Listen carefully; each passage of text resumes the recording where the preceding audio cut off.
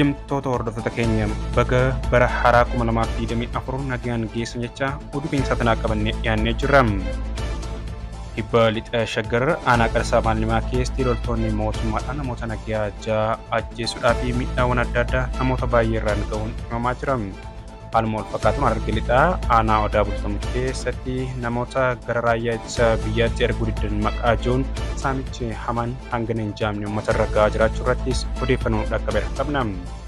Odeessa gama biraatiin ammoo adda bilisummaa Oromoo ABO'n ergaa baga waggaa haaraa 2024 geessan dabarse keessatti barri 2023 bara rakkoo fi ulfaataa uummata Oromootiif akka ta'e kaasuunsaa kan mul'ate waggaa ta'u kanarrattis odeeffannoo bal'aa walitti qabannee harka qabna. Odeessa keenya gama biraatiin Itoophiyaan hulaa galaanaa barbaadaa turtan argadhe jechuun isii mul'atee jira.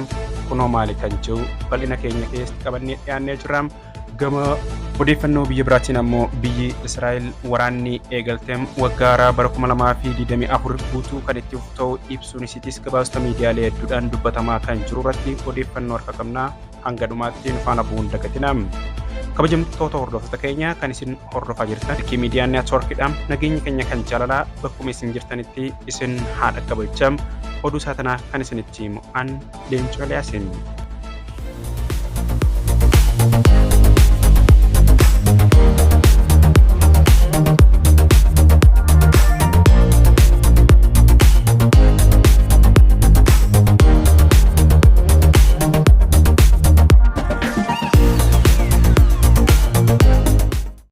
Kibba lixa shaggar aanaa qarsaa maallimaa keessatti loltoonni mootummaadhaan namoota ja'a ajjeesuun himamaa jira. Kibba lixa shaggar aanaa qarsaa maallimaa gandoota adda addaa irraa jiraattonni qabamanii ganda adaadii maaramii keessatti hidhamanii kan turan ta'uu odeeffannichi kan himu waggaa ta'u guyyaa dheengaddaa muddee 30/2023 galgala bakka itti hidhanii baasuudhaan dargaggoota ja'a hidhaa irraa erga gabbaasan booda rasaasatti roobsanii ajjeesutu himamaa jira. Namoonni ajjeefaman muraasni maqaan isaanii Gobbuu Miidhagsaadhaa ganda Awaash Faltee irraa, Kabbadaa Roobee ganda Awaash irraa, Daraaraa Dameedhaa ganda Tamsaa Goolee irraa, Kabbadaa Baaruu ganda Harbuu Waabarii irraa akka ta'e jiraattonni naannichaa ni dubbatani. Yeroo ammaas namoonni hedduun hidhamanii hiraarfamaa jiraachuu isaanii kan kaasan hawaasni naannoodhaan gochi sirni mootummaatiin naannichatti deemaa jiru kun diinagdee dhuunfaa fi dhaabbata isaaniif jecha ilmaan Oromoo lubbuu isaanii baasaa jiranii kan jiran hoggaa ta'u kun ilmaan Oromoo irraa hin dhaabbatu taanaan duguuggaan sanyii bara mootota abbaa irree darbanii caalaa ta'uu isaan irratti deemuudhaaf akka malu jiraattonni yaaddoo guddaa qabaachuu kaasuun isaanii mul'ate. Odeeffannoo biraatiin ammoo Harargee lixaa aanaa odaa bultumaa araddaa lakkoofsa 9 keessatti namoota raayyaa ittisa impaayiratiitti erguu diddan jechuudhaan namoota irraa qarshii 10,000 akka kafalan dirqamaan irraa guuraa jiraachuun dhagahamaa jira.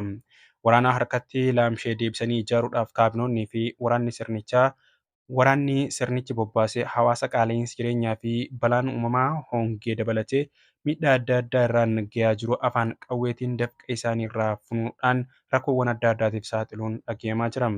Sirni ilmaan namaatiif naasu tokkollee hin qabne kun Harargee lixaa aanaa odaa bultumaa araddaa lakkoofsa 9 ganda miidhagduu keessatti namoota adda addaa waraanaaf ergaa jennaan diddan jechuudhaan tooftaa mataa isaanii baafachuudhaan hawaasa irraa tokko isaanii irraa qarshii 10,000 fiddan malee jechuudhaan qawwee itti qabanii doorsisaa akka jiran uummanni naannichaa ni himata.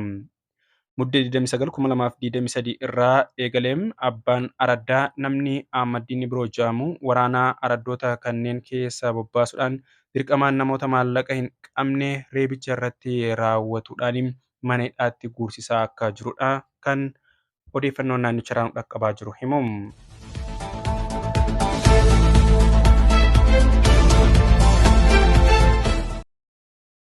Adda bilisummaa Oromoo ABO'n waggaa haaraa bara 2024 sababeeffachuudhaan barri 2023 uummata Oromootiif bara gidiraa ture jechuun isaa mul'ate. Adda bilisummaa Oromoo ABO'n barri 2023 uummata Oromootiif baroota darban caalaa bara gidiraa hidhaa ajjechaa fi buqqaatiin itti hammaate jedhe. ABO'n ergaa baga bara haaraa 2024 geessan dabarseen akka jeetti paartiin biyya bulchaa jiru sochii paartichaa fi dhaabbilee seera qabeeyyii kutaalee biyyaa garaagaraa keessatti argaman hedduu to'achuudhaa fi danquu itti fufeera kan jedhe waggaa ta'u akkasumas miseensonni paartichaa caasaa garaagaraan jiran humnoota mootummaatiin dararamaa jiraachuu eere. Akkuma baroota duraa magaalaa Finfinneetii hanga guutummaa goloolee Oromiyaa godinoota hanga gandaatti magaalaa fi baadiyyaa hanga qonnaan bulaa fi horsee bulaatti caasaalee ABO jiran hiraarsuu miseensotaa fi deeggartoota dhaabichaa maqaa garaagaraa itti moggaasuudhaan hidhaa buusuudhaa fi rakkoowwan adda addaa irraan gahaa akka jiruu fi rakkuma sirnicha keessatti barataman mootummichi akka itti fufee jiru ABO'n ibse. Waajjira muummee ABO'dhaa kan Finfinnee kutaa magaalaa Gullalleetti argamu dabalatee dhaabbileen paartichaa kutaa biyyattii garaagaraa keessatti argaman dhiibbaa mootummaatiin saamamanii fi ugguraman kan argaman ta'uu paartichi kan eere yoggaa ta'u mootummaan ABO dadhabsiisuun qabsoo uummata Oromoo fi kaayyoo qabsoof danquu kan raawwatedha jee jira. Koomishiniin mirgoota namummaa Itoophiyaadhaa jecha kumaatamaan Oromiyaa keessatti ta'aa jiru beekatuma irra darbuusaa gaddisiisaa fi taajjabsiisaa akka ta'es kan eere yoggaa ta'u. ABO'n adeemsa qabsoo waggaa 50 gaggeesseen tokkummaa Oromoo cimsuun daangaa Oromiyaa mirkaneessee aadaa Oromoo dagaagsuudhaan afaan Oromoo manneen barnootaa, afaan hojii akkasumas afaan hojii mootummaa biyyoolessaa naannoo Oromiyaa, afaan barreeffamaa fi afaan aartii akka ta'u taasisuu isaas kaasee jira.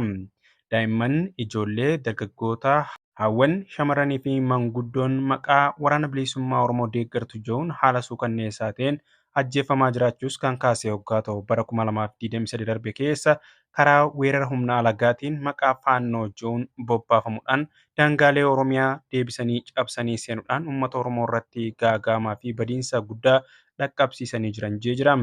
Lammiilee dhibbootaan namoota nagaa ajjeesuun kuma dhibbootaan qe'ee irraa buqqisanii jiranii kan jiru yoggaa ta'u Wallaggaa Bahaa, Horroo Guduruu Wallaggaa, Shaggar Bahaa, Shaggar Kaabaa fi iddoo birootti humnoonni alagaa daangaa Oromiyaa cabsanii seenuudhaan miidhaa suukanneessaa uummata keenya irraan ga'anii jiran jee jira.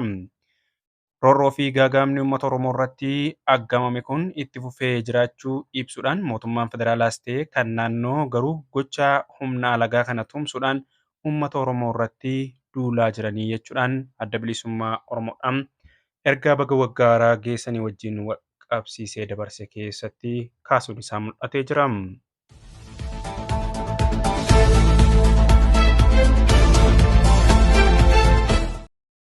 Itoophiyaan dhimma ulaa galaanaa wajjin wal qabsiisuudhaan haasawa yeroo dheeraadhaaf Abiyyi Ahmad erga taasisaa turee fi sodaalee guddaa biyyoota baha Afrikaa hedduutti erga uumaa ture booda yeroo jalqabaatiif waliigaltee ulaa galaanaa argachuudhaan Somaalilaand wajjin mallatteessuunis himamaa jira. Itoophiyaan waliigaltee wal hubannoo ulaa galaanaa ittiin argachuu fi misoomsuuf ishee dandeessu Somaalilaand waliin mallatteessuu miidiyaaleen mootummaa gabaasaa jirani. Ministeera muummee Itoophiyaa Abiyyi Ahmad fi pirezidaantiin Somaalilaand Musee Biin Abdiin sanada waliigaltee waloo hunda hammate mallatteessuun isaanii mul'ate. Bu'uuruma kanaan waliigalteen kun biyya ulaa galaanaa hin qabne Itoophiyaan liiziidhaan haadha qabeenyaa ulaa galaanaa akka taatu godha jechuudhaan gabaasonni miidiyaa eerani. Abiyyi Ahmad pirezidaantii Somaalilaand Musee Baayii waliin waliigalticha mallatteessuu isaanii miidiyaaleen biyya keessaa hedduun eeraa jiran. Gama Somaalilaandiin hanga ammaatti odeeffannoon dhimma kanaa wajjin qabatee kan nameessitee ibsi beekan hin jirre yoggaa ta'u akkaataa imaammata alaa Itoophiyaatti waliigaltichi kennanii fudhachuu irratti kan hundaa'edha jedhama gabaasni miidiyaa Itoophiyaati. Itoophiyaan ulaa galaanaa kana argachuudhaaf waliigaltee liizii waggaa 50f turuudhaa kan mallatteessite yoggaa jettu waggaa 50 booda waliigaltichi kan haara'u ta'us kaasuun si mul'ate. Biyyoonni lameen naannoo ulaa galaanaa kana waliin misoomsuudhaaf waliigaluutu dhaga'amaa jira. Waliigalteen kun Itoophiyaan buufata waraanaa galaana diimaa irratti ijaaruu akka dandeessu karaa banaa jechuudhaan gorsaan nageenya biyyoolessaa Abiyyi Ahmad Ambaasaadar Ridwaan Hussein fuula Tiwiitara isaa irratti kan barreesse yoggaa ta'u sadaasa darbee Itoophiyaan buufata doonii bara biraatti gargaaramuudhaaf Somaalilaand waliin marii gaggeessaa jirtu sadarkaa fooyyee irra jiraachuu miidiyaan mootummatti hidhata qabu eejensi tajaajila oduu Itoophiyaa gabaasaa ture. Somaalilaand biyya bulchiinsa walabaa hoggaa taatu Itoophiyaa dabalatee biyyoota kaaniif Yuunaayitid Neeshin irraa beekamtii hin arganne. Waliigaltee Itoophiyaa fi Somaalilaand gidduutti taasifame kanaanis waa'ee Soomaaliyaa beekamtiin kenname tokkollee hin jiru.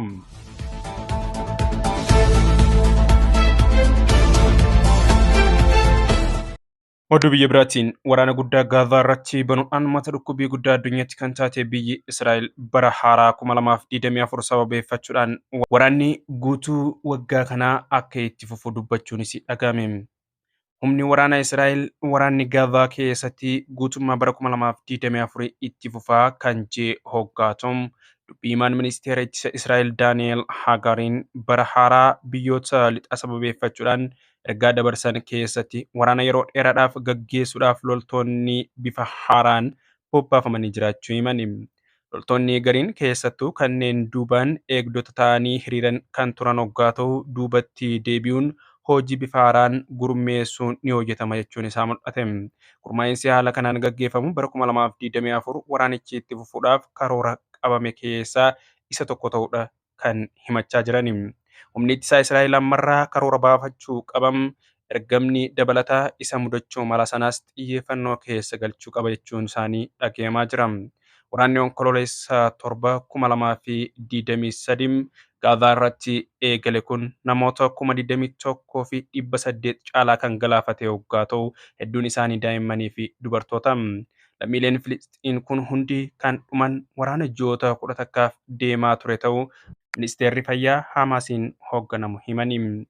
Hamaasii fi Israa'el gidduutti dhukaasni kan eegale onkololeessa 7 ture kan lolli haga naga'u kun deemuu itti fufe.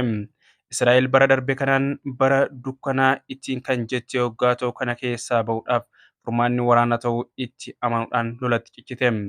Dilbata galgala jala bultiin bara haaraam faranjoota ilaalchisuudhaan haleellaa Israa'el raawwatteen lammiileen Filisxeen 48 caalaan ajjeefamuunis gabaafamee jira.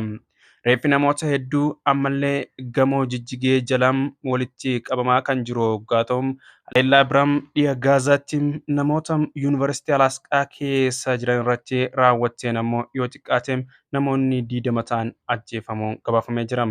Gabaasni kun kan Associated Press namoota ijaan argan irraa wabeeffachuudhaan gabaase hoggaa ta'u miidiyaaleen biraa hedduunis mirkaneeffachuudhaaf yaalii akka godhan ni eerani.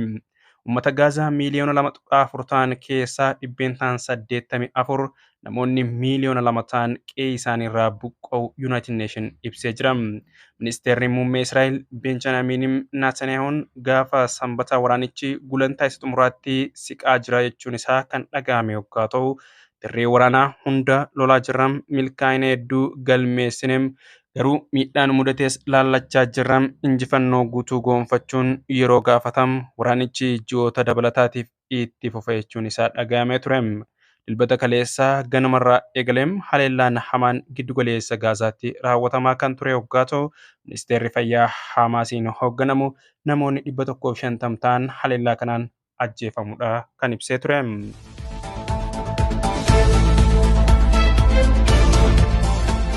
Kabajamtoota hordoftoota keenya odeeffannoon saatanaaf qabannee dhiyaanne hanganuma waan ta'eef hanga dhuma sagantaa keenyaatti nu faana turuu keessaniif galatoomaa jechaa odeeffannoo itti aanuun hanga deebinee wal agarrutti yeroo gaarii qabadhaa.